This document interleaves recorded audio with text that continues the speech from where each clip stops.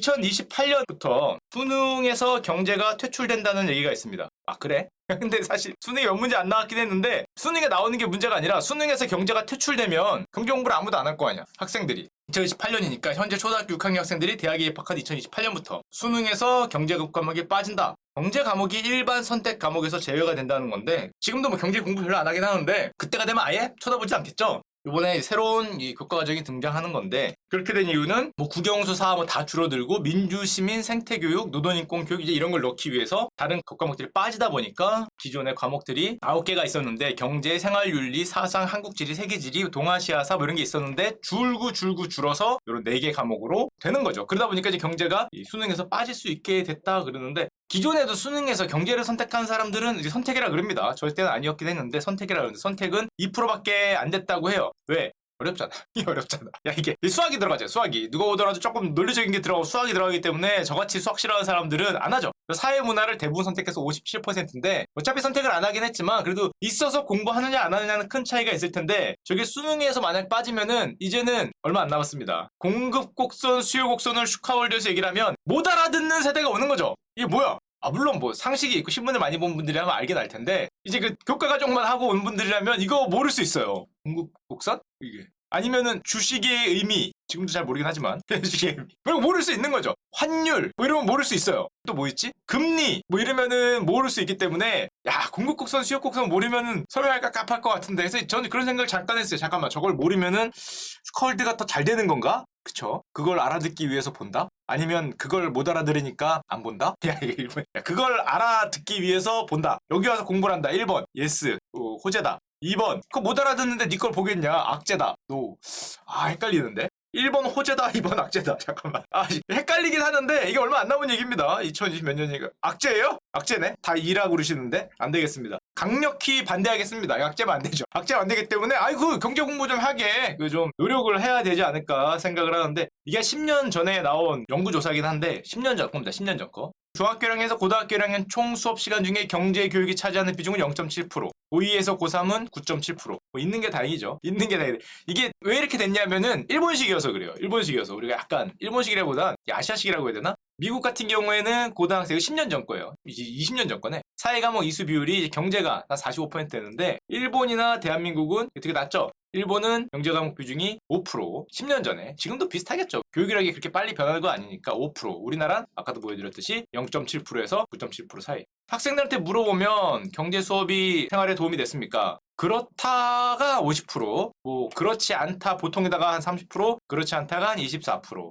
그래 도움이 됐으니까 이거 경제 공부하자. 그 쉽지? 그랬더니 어렵다가 더 20%. 어렵죠. 좀 어렵습니다. 난이도가 좀 그래요. 보통 40%, 쉽다는 별로 없고요. 경제 따위는 듣기 싫은 거죠. 컬드가 이제 그 모양인 건 다 이유가 있는 거고요. 자, 그래서 여러분들한테 갖고 왔습니다. 집단지성을 테스트할 수 있는 절호의 기회예요. 무려 2021년 올해입니다. 올해 기획재정부가 초등학교 6학년 대상, 초등학교입니다. 이거 중학교, 고등학교 문제도 있는데 그걸 갖고 오면은 심각한 항의와 돌덩이가 날라올 것 같아서, 이거 지금 재밌으려고 하지 내가 그 문제 풀려고 왔냐라는 신경질이 난무하실 것 같아서 초등학교 6학년짜리 문제를 갖고 왔어요. 30분에 20문항인데 이거 생각보다 쉽지 않다. 뭐야 이거 왜 벌써 답을 얘기해? 아니 어떻게 답을 알지? 특화하는 방법으로 생산을 할 때 나타나는 현상을 올바르게 설명한 것. 생산성이 높아진다. 생산비가 늘어난다. 전문 기술을 배우기 힘들어진다. 상호 의존도가 다 아시는구나. 답은 1번이고요. 죄송합니다. 답은 1번. 마지막 난이도가 제일 높았던 문제 한 문제만 하고 넘어가도록 하겠습니다. 정답률 34%. 3명 중에 2명이 틀렸어요. 이거는 그럴 수밖에 없는 게 초등학생들이니까 이 저축하고 대출을 받아본 적이 없죠. 우리는 어른은 너무 잘 알아요.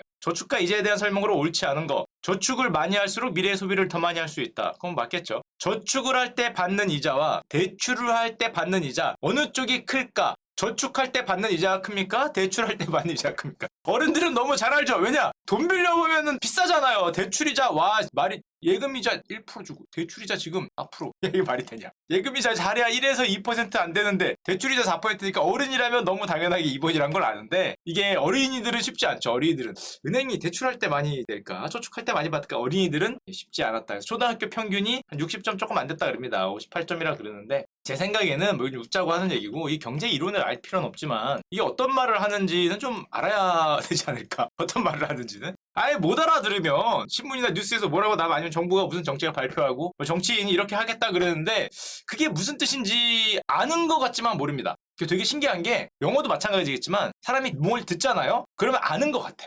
근데 몰라요. 그거 되게 많아요, 그런 게. 저도 그래요. 야, 수학자들이 뭐라고 하면, 뭐, 화학자들이 뭐라 그러면 무슨 말인지는 알잖아요. 근데 잘 생각하면 나는 모르는 거예요. 왜냐면 그게 어떤 역할을 미치는지 모르기 때문에. 신문 기사나 뭐 아니면 어떤 정책이 나왔을 때 무슨 말인지는 알지, 한국말이니까. 무슨 말인지는 아는데 그게 무슨 뜻인지를 모르는 경우가 많은데, 그렇게 되지 않을까 하는 걱정이 약간 있고, 또 경제교육은 그래 좀 줄이더라도 이건 좀 해야 되지 않을까요? 금융공부는? 이거 돈 빌리고 돈 쓰고 뭐 이러는 거에 대해서 금융공부는 좀 해야 되지 않을까 생각을 하는데, 그래서 제가 이제 앞으로 하고 싶은 일을 했을 때 학생들한테 저거 안 한다 그러니까 금융교육을 할 수 있는 책을 좀 만들어 보자라는 생각을 하고 있습니다. 그래서 아마 가까운 시기 내에 요거 저 혼자 못 쓰니까 같이 쓰실 분을 모집하는 그런 공지를 올릴 예정입니다. 자, 요 얘기를 하려고 떡밥을 길게 던졌고요. 어떻게 하면 좀 재밌게 쓸 수 있을까라는 생각을 열심히 하고 있어요. 뭐 유튜브 할 것도 없는데 이런 거나 하지 뭐.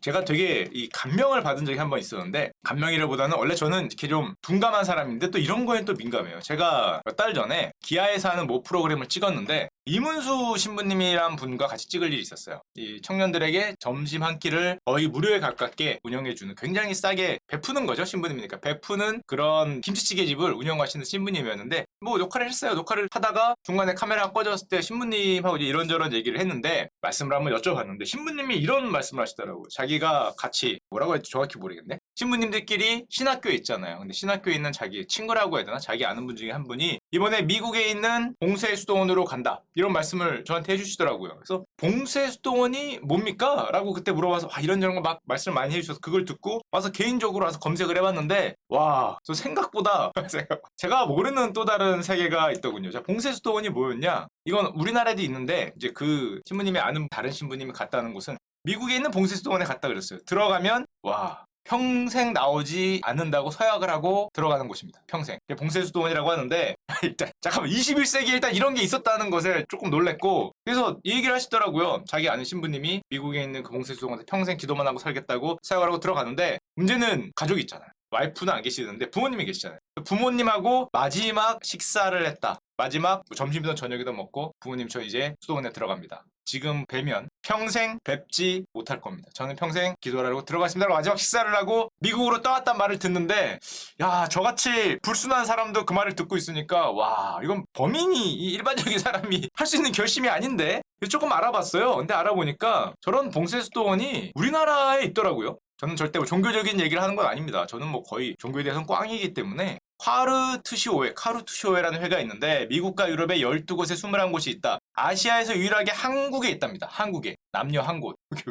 여기에 있는 건데 여기 한 10분 정도 사신대요. 그 봉쇄수도원이 한국에 있다. 아시아에서 유일하다 그럽니다.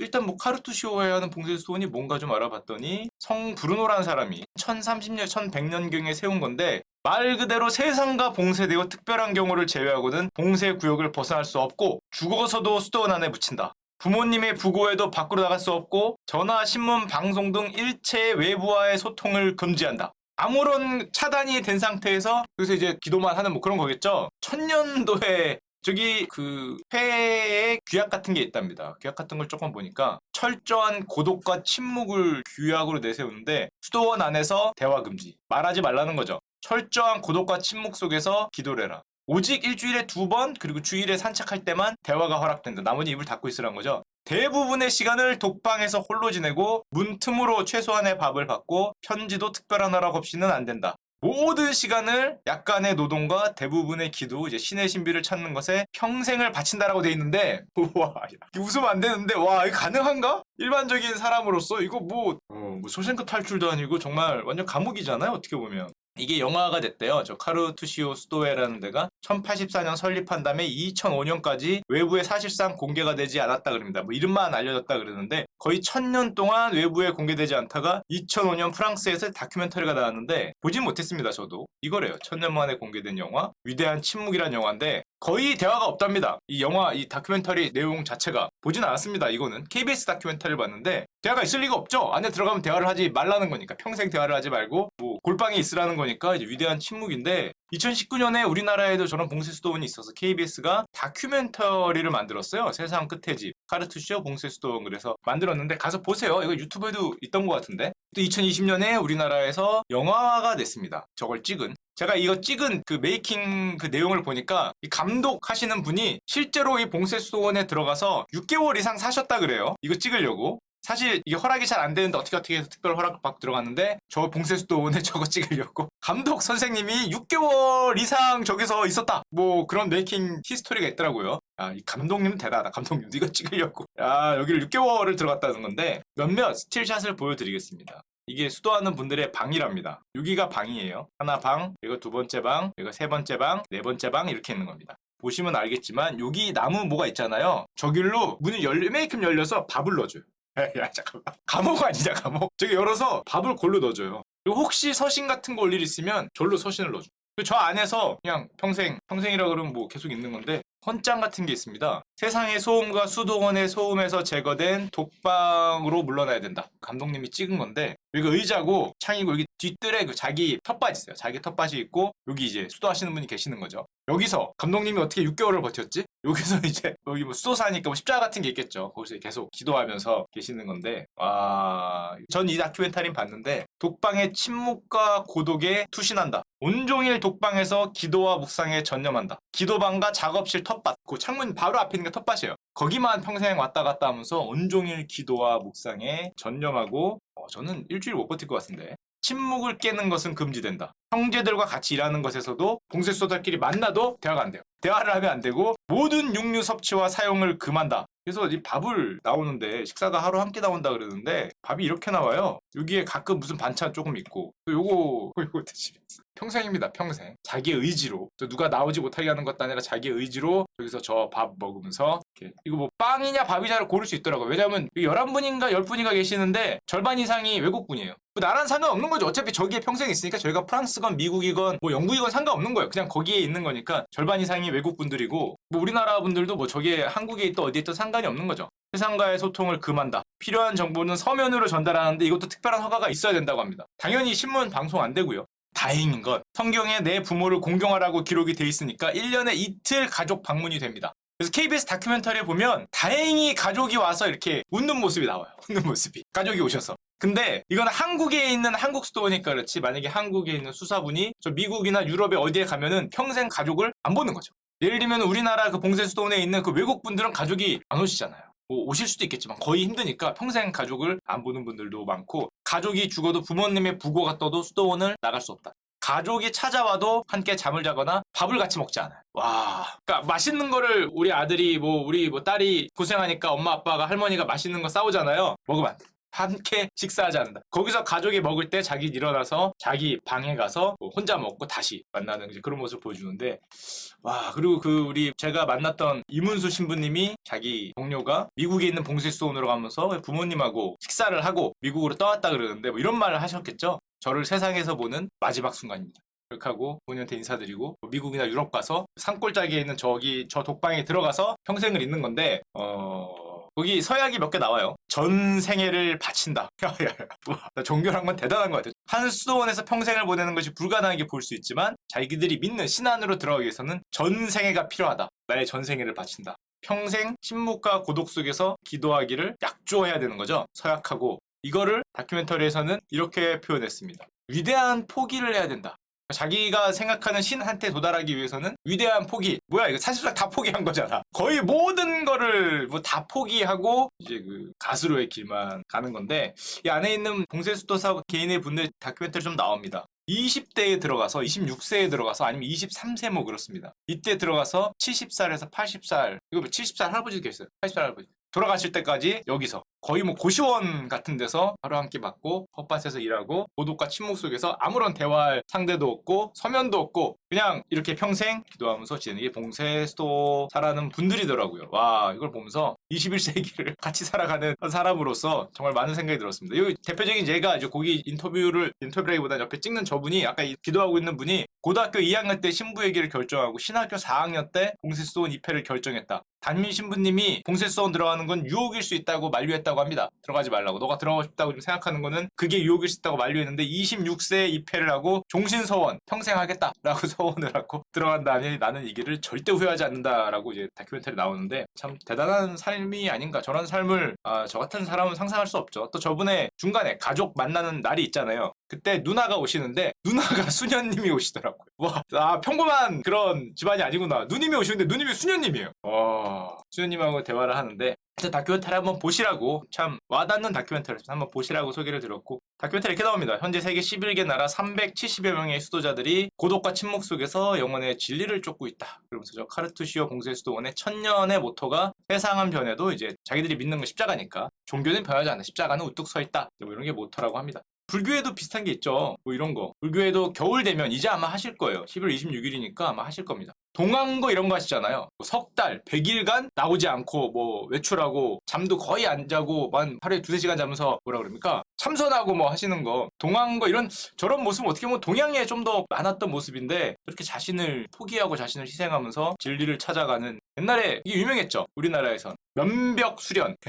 저로서 상상할 수 없는데 벽을 보면서 뭐 달마대사가 소림사에서 9년간 면벽 수련에서 깨달음을 얻었다. 뭐 이거 유명하잖아요. 면벽 9년. 이게 옛날에는 많이 쓰이던 단어입니다. 면벽 9년. 9년간 벽을 보면서 뭐 깨달음을 얻었다. 물론 우리 이제 달마대사함은 너무 그 무협지나 게임에 많이 나와서 이상한 쪽으로 생각하는 경향이 있는데 원래는 그 깨달음을 얻으신 스님이시죠. 우리는 자꾸 뭔가 무기를 쓸 것 같고 뭔가 아이템을 사용할 것 같고 착각입니다. 착각. 이분이 물론 소림사에 있어서 이분이 참선하는 분들의 건강을 위해서 운동을 만드는 게 이제 우리가 요즘에 생각하는 자꾸 이런 거에 가서 뭐 개방파란 운동, 뭐 아미파란 운동, 우리는 자꾸 이런 걸 생각하지만 원래는 저 9년간 벽을 보면 면벽 수련을 해서 실제로 깨달음을 얻은 뭐 선승이라고 하시니까 이 실제 소림사에 가면은 달마대사가 이 면복 수행했다는 동굴이 있다고 합니다. 이렇게 들어갈 수 있대요. 안에 가면 뭐 이런 게 있고 여기서 저 안으로 뭐 들어가면 뭐가 있겠죠. 저기서 이제 9년 동안 벽을 보면서 수련을 했다 뭐 이런 건데 하여튼 KBS 다큐멘터리 한번 가서 보시면은 정말 뭐라고 해야 될까? 하여튼 삶이란 게 꼭 그렇게 저처럼 이렇게 막 촐싹촐싹대면서 사는 게 다가 아니구나 이런 생각을 좀 많이 했고요. 자, 제 주제에 맞지 않는 어려운 내용이었고요. 전 저걸 보면서 조금 이 뭐랄까 울림이 있어서 신부님의 말씀에 울림이 있어서 잠깐 말씀드려봤고요.